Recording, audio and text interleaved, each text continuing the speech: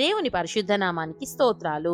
ఈ రోజున ఆమోసు గ్రంథము 7వ అధ్యాయము. ఈ అధ్యాయంలో 17 వచనాలున్నాయి. మొదటి వచనం: కడవరి గడ్డి మొలచునప్పుడు ప్రభువైన యెహోవా మిడుతలను పుట్టించి దర్శన రీతిగా దానిని నాకు కనుపరిచెను. ఆ గడ్డి రాజునకు రావలసిన కోత అయిన తరువాత మొలిచినది. రెండవ వచనం: నేలను మొలిచిన పచ్చిక ఎంతయు ఆ మిడతలు తినివేసినప్పుడు ప్రభువైన యెహోవా, నీవు దయచేసి క్షమించుము, యాకోబు కొద్ది జనము గలవాడు, అతడెలాగు నిలుచును అని నేను మనవి చేయగా. మూడవ వచనం: యెహోవా పశ్చాత్తాపపడి అది జరగదని సెలవిచ్చెను. నాలుగవ వచనం: మరియు అగ్నిచేత దండింపవలెనని అగ్ని రప్పించి ప్రభువైన యెహోవా దానిని దర్శన రీతిగా నాకు కనపరచెను. అది వచ్చి అగాధమైన మహాజలమును మింగివేసి స్వాస్యమును మృంగ మొదలుపెట్టినప్పుడు. ఐదవ వచనం: ప్రభువైన యెహోవా, యాకోబు కొద్ది జనము గలవాడు, అతడెలాగు నిలుచును, మానివేయుమని నేను మనవి చేయగా. ఆరవ వచనం: ప్రభువైన యెహోవా పశ్చాత్తాపపడి అదియు జరగదని సెలవిచ్చెను. ఏడవ వచనం: మరియు యెహోవా తాను మట్టపు గుండు చేత పట్టుకొని గుండు పెట్టి చక్కగా కట్టబడిన యొక్క గోడ మీద నిలువబడి ఇట్లు దర్శన రీతిగా నాకు కనపరిచెను. ఎనిమిదవ వచనం: యెహోవా, ఆమోసు, నీకు కనబడుచున్నదేమని నన్నడుగగా నాకు మట్టపు గుండు కనబడుచున్నదని నేనంటిని. అప్పుడు యెహోవా సెలవిచ్చినదేమనగా, నా జనులకు ఇశ్రాయేలీయుల మధ్యను మట్టపు గుండు వేయబోచున్నాను, నేనికను వారిని దాటిపోను.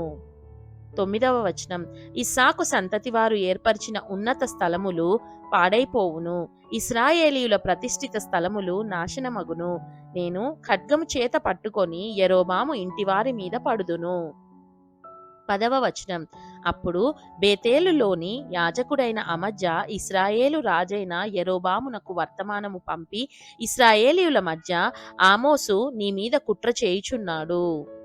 11వ వచనం: యెరోబాము ఖడ్గము చేత చచ్చుననియు ఇశ్రాయేలీయులు తమ దేశమును విడిచి చెరలోనికి పోవుదురనియు ప్రకటించుచున్నాడు.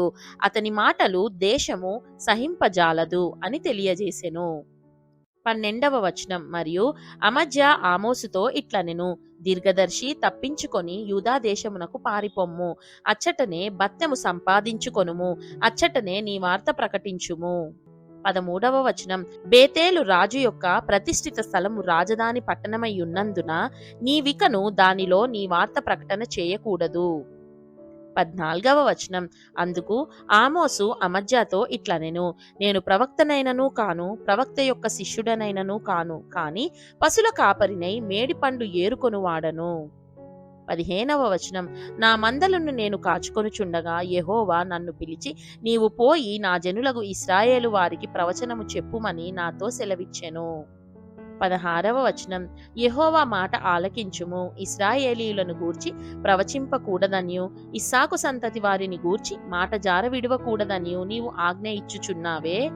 17వ వచనం: యెహోవా సెలవిచ్చినదేమనగా, నీ భార్య పట్టణమందు వేశ్యయగును, నీ కుమారులను కుమార్తెలను ఖడ్గము చేత కూలుదురు, నీ భూమి నూలు చేత విభాగింపబడును, నీవు అపవిత్రమైన దేశమందు చత్తువు, అవశ్యముగా ఇశ్రాయేలీయులు తమ దేశము విడిచి చెరగొనబడుదురు.